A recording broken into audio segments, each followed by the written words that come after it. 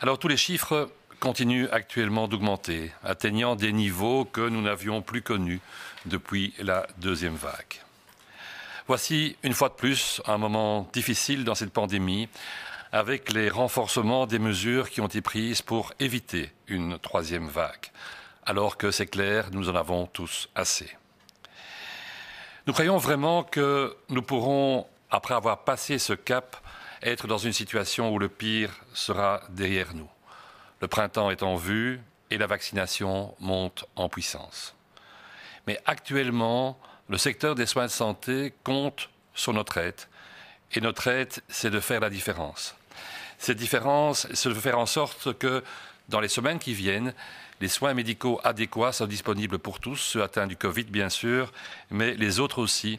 Et pour cela, il nous faut ralentir le taux de contamination. Comme on le voit sur cette diapositive, la semaine dernière, nous avons enregistré en moyenne 4331 nouvelles infections. C'est toujours une augmentation importante de l'ordre de 32% par rapport à la moyenne de la semaine précédente. Et en pratique, de manière peut-être plus visible, cela représente plus de 1000 nouvelles contaminations par jour en moyenne sur cette semaine.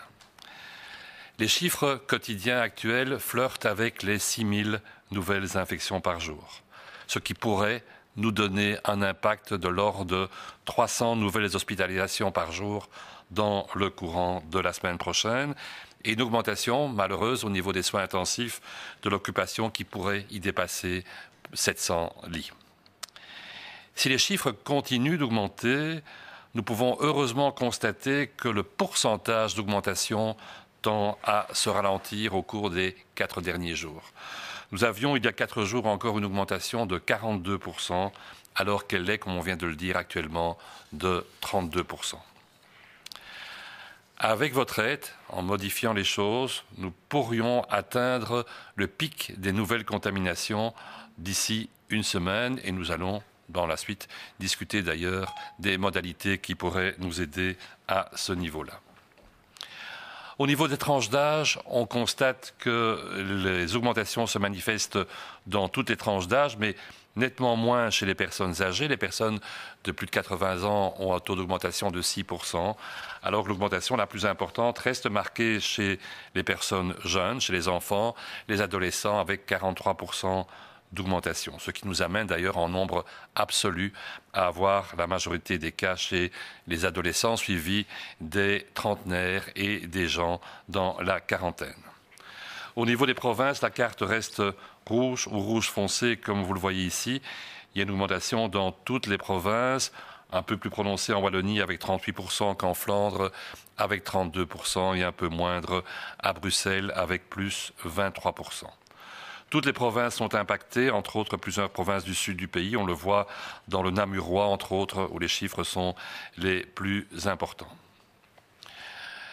Le type de souche qui atteint maintenant les personnes dans notre pays, c'est essentiellement ce qu'on appelait, ou ce qu'on appelle encore un peu le variant anglais, qui maintenant constitue 76% des souches qui sont retrouvées, alors qu'il s'agissait de 69% il y a une semaine. Heureusement, d'une certaine manière, les deux autres variants présents sur le territoire, les variants qui peuvent poser problème, le variant sud-africain et le variant brésilien ne changent guère en pourcentage puisqu'il reste pour le variant sud-africain autour des 5 à 6% et autour des 3% pour le variant brésilien. Si on s'intéresse maintenant aux nouvelles hospitalisations, elles continuent malheureusement à augmenter. On a une moyenne de 227 nouvelles admissions par jour, soit 22% de plus que la moyenne de la semaine précédente. Cette augmentation oscille actuellement autour des 25% depuis environ 8 jours, ce qui pourrait nous amener à dépasser la barre des 300 nouvelles admissions, comme on l'a déjà signalé par jour, d'ici quelques jours ou une huitaine de jours. Le taux d'occupation des lits au niveau hospitalier continue lui aussi à augmenter. Il atteint actuellement 2492 lits occupés, soit 16% de plus que la semaine précédente. Et au niveau des soins intensifs, on a une augmentation de 20% pour atteindre actuellement 651 lits occupés, dont 60% le sont par des patients qui ont besoin d'une ventilation artificielle. Au niveau des soins intensifs, ceci correspond à un doublement de l'occupation tous les 27 jours. Et si on continue sur ce rythme, on atteindrait le seuil des 1000 lits occupés, dont on a déjà beaucoup discuté l'impact de ces 1000 lits pour la mi-avril, en l'occurrence vers le 12 avril. Mais nous pouvons faire des choses pour modifier cette courbe et on va en parler dans quelques instants. Actuellement, le rapport entre les nouvelles hospitalisations et les nouvelles contaminations est assez stable, mais on constate, c'est vrai, une augmentation plus prononcée de l'occupation des soins intensifs, puisque actuellement 26% des patients qui sont hospitalisés le sont en soins intensifs. Ceci se remarque dans tout le pays, même si l'occupation en soins intensifs, plus spécifiquement, est le plus élevée à Bruxelles, où il y a une forte concentration d'hôpitaux, on le sait, dans le Hainaut et en Flandre orientale, avec à chaque fois, pour ces régions ou ces provinces, plus de 100 lits de soins intensifs occupés. Les décès sont actuellement en légère hausse, mais il faut bien voir que c'est un nombre absolu de cas qui est encore très faible par rapport à ce qu'on a pu connaître dans le passé. Nous déplorons actuellement en moyenne 27 décès par jour. En l'occurrence, il s'agissait de 23 décès par jour il y a une semaine. Ceci presque exclusivement aux dépens de personnes qui ne sont pas dans les maisons de repos et de soins. On va encore leur dire dans quelques instants, à ce niveau-là, il n'y a pas d'augmentation du nombre de décès. Un point sur la vaccination. Nous avons dépassé les 50%, en l'occurrence 54% des habitants de notre pays qui ont plus de 85 ans ont reçu leur première dose de vaccin. Nous sommes pratiquement à 1 100 000, en l'occurrence ici 1 96 000 personnes, soit 9,5% des Belges qui ont reçu une première dose de vaccination, alors que presque 500 000, 465 000, ont reçu une deuxième dose. C'est 4% de cette population totale. Ça veut dire qu'actuellement, nous sommes à un rythme où nous sommes en train de frôler les 300 000 vaccinations par semaine, 287 000 en l'occurrence, essentiellement en tant que primo-vaccination. C'était le cas pour 231 000 des doses qui ont été administrées la semaine passée. Alors, par rapport à toutes ces personnes qui sont vaccinées et donc qui deviennent de plus en plus importantes dans la population générale, je pense qu'il y a un point qui est important à rappeler. C'est qu'actuellement, même si vous êtes vacciné, vous devez continuer à respecter les mêmes mesures. En effet, vous courez très peu de risques, c'est vrai, au point de vue personnel, de développer un Covid un tant soit peu sévère. Mais par contre, il n'est pas exclu du tout que vous puissiez, ne fût-ce que pendant un temps court, être porteur du virus et servir de ricochet entre quelqu'un qui vous passe le virus, il est quelques jours présent dans votre pharynx, dans vos voies respiratoires, et que vous puissiez le transmettre à quelqu'un d'autre qui n'aurait pas été vacciné ou pour lequel le vaccin n'aurait pas pris parce qu'elle est trop fragile. Dans ce contexte, tant que les groupes à risque et les personnes appartenant aux groupes à risque qui souhaitent être vaccinés n'ont pas reçu leurs 2 doses de vaccin, il est important de continuer à pratiquer les mesures. Et les mesures, vous les connaissez, c'est le port du masque buccal et c'est la distanciation sociale.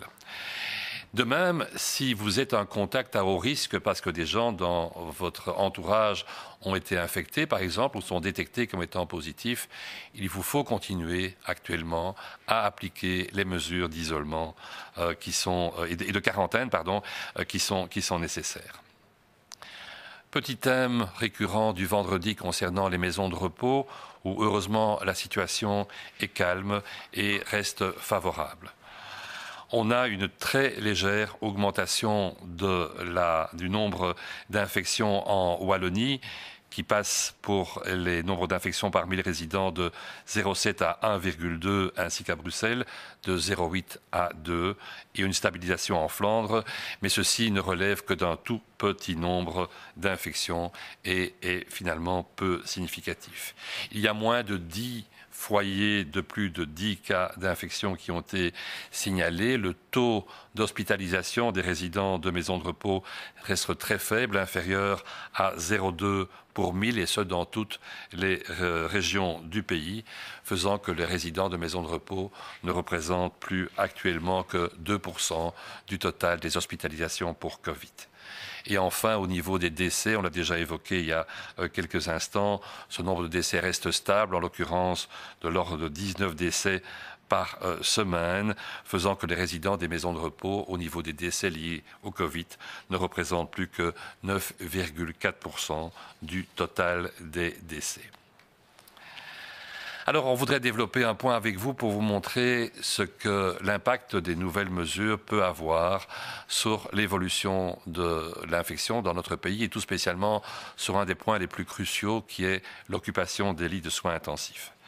À partir de demain, comme vous le savez, et ceci pour un mois, il y a un nouveau cadre renforcé de mesures qui prend place.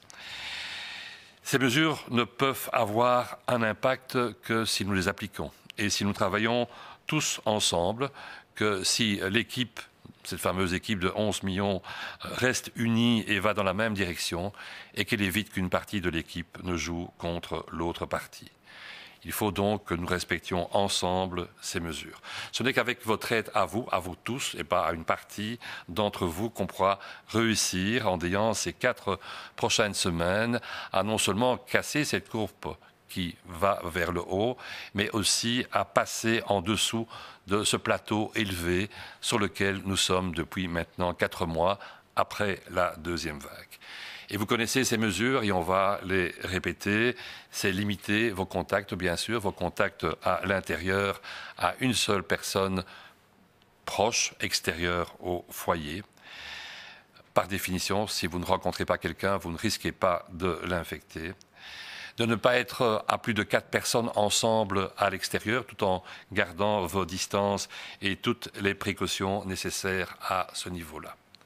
De manière à avoir une meilleure idée de l'impact de toutes ces mesures, que nous connaissons normalement tous bien maintenant, nos collègues de l'Université d'Asselt ont mis dans des modèles ces mesures et nous permettent de voir ce que notre comportement peut faire comme modification importante sur l'impact sur les soins de santé.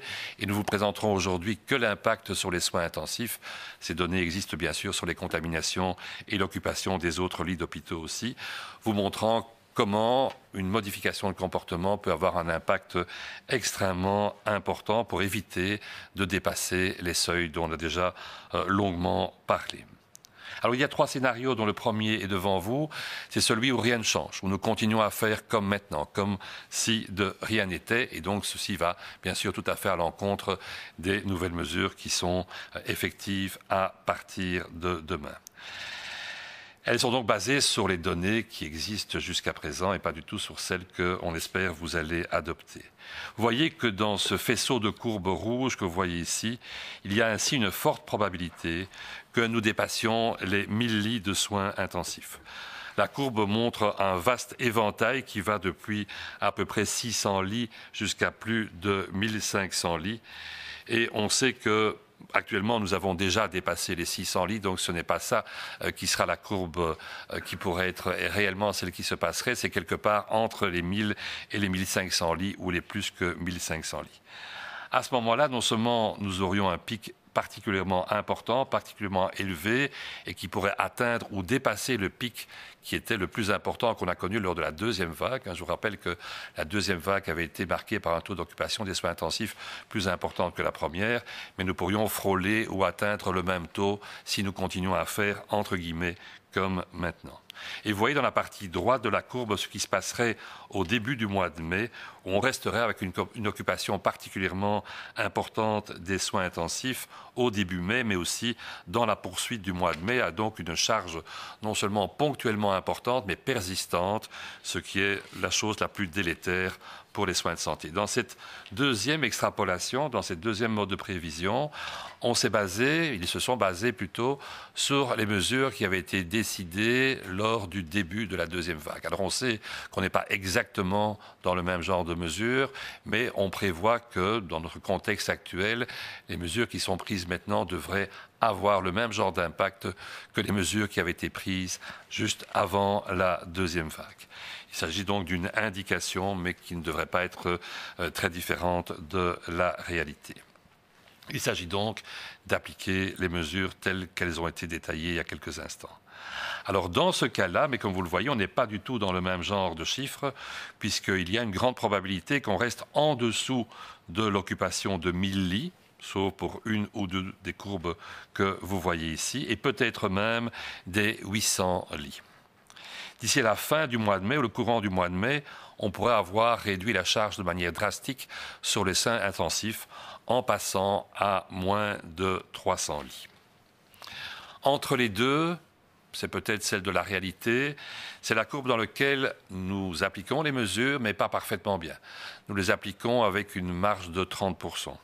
Alors une marge de 30%, ça veut dire quoi? Eh bien, ça veut dire que, par exemple, au lieu de respecter un contact étroit par foyer, on a 1,3 contacts. Alors on sait que ça ne veut rien dire pour un foyer d'avoir 1,3 contacts, mais ça veut dire qu'à côté de gens qui respectent les 1 contact, il y en a un certain nombre qui ont 2 ou qui ont 3 contacts étroits. Et bien dans ce cas, comme vous voyez dans les courbes qui sont projetées ici, bien sûr c'est moins bon. Bien sûr, c'est moins bon parce que vous voyez qu'ici, on dépasse effectivement une occupation de 1000 lits et qu'on a une répartition plus large qui va quelque part entre 700 et 1300 lits. On aurait une forte probabilité d'atteindre de l'ordre de 900 lits vers la mi-avril. Et on a aussi une probabilité que l'occupation se poursuive plus longtemps que dans la deuxième courbe, que dans la première courbe, excusez-moi, que dans la courbe idéale, pardon. Même à la mi-mai, il pourrait y avoir encore entre 300 et 700 personnes qui soient présentes dans les soins intensifs, au lieu, de manière idéale, d'avoir moins de 300 personnes, comme on vient de le dire il y a quelques instants. Alors ceci, ce sont évidemment des scénarios, ce sont des modèles. Ce n'est pas forcément la réalité, mais on sait qu'à de nombreux moments, ces modèles ont reflété ce que la situation nous a imposé de vivre. Et que donc, ils nous montrent que des petites différences, des différences de 30%, comme on l'a vu il y a quelques instants, peuvent avoir, lorsque nous prenons, nous, individuellement chacun, un impact important sur les soins globaux et sur l'impact global sur nos hôpitaux. Et donc, en même temps, sur l'évolution de la pandémie. Cela souligne l'importance de tous nos gestes individuels par rapport au poids qui pèse sur les soins de santé et qui, en même temps, pèse, bien sûr, à cause des mesures sur la société en général. Donc, on l'a dit au départ, c'est vrai que c'est un moment difficile. C'est vrai que, pour l'instant, il faut encore serrer les dents pendant un certain temps. Il faut encore tenir le coup pendant un certain temps pour pouvoir enfin sortir ensemble et vacciner de cette pandémie. Merci pour votre attention et bon week-end.